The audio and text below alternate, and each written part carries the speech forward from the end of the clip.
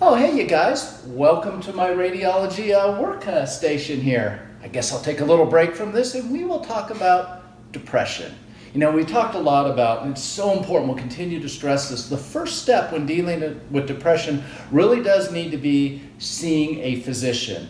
And here's why, guys, because depression can present in a variety of different ways, in ways that are sometimes surprising, and a physician is usually attuned to be able to recognize those things. Check out the slide here. I think it illustrates it pretty well. Guys, depression can present in ways that are common. We think about it, you know, the tearfulness, the sadness, the hopelessness, suicidal, but it also can present in atypical ways: sleep problems, guilt, shame, anger, irritability, annoyance, helplessness, lots of different ways.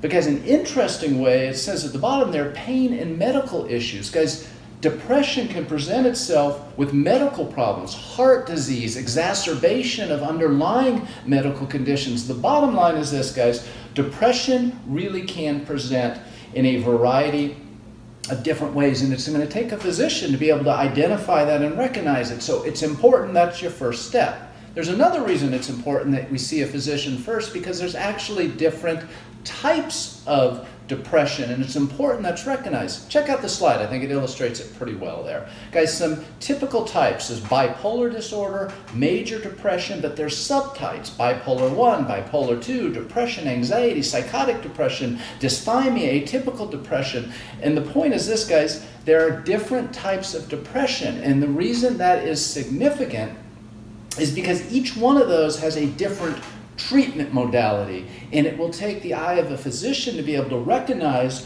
which one they're dealing with and then focus treatment accordingly. Again, so important that the first step is seeing a physician. And treatment tends to be aimed at addressing neurotransmitter or chemical levels in the brain. And there's three main chemicals that we really focus on now. And this slide, I think, illustrates it pretty well. Here, check it out.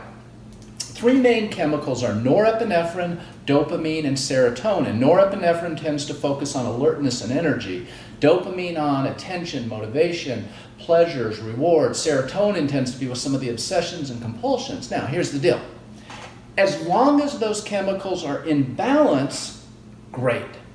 Mood disorders tend not to be a problem, and things tend to be regulated really well. But when one of those gets out of balance, or more than one, it tends to swing towards some of these mood disorders, including depression. And once again, it takes a physician to be able to recognize which one it is and then pick the right medication to be able to get these chemicals, these neurotransmitters, back into balance, which usually is an absolute key to getting that mood disorder, depression, dealt with. So again, guys, I think you can see just how important it is that that first key step is really getting to a doctor that understands this and is trained to be able to recognize this, and that can be tremendously helpful. So that is about it for me. I guess I'll get back to my radiology work here. Enjoy the rest of Small Group.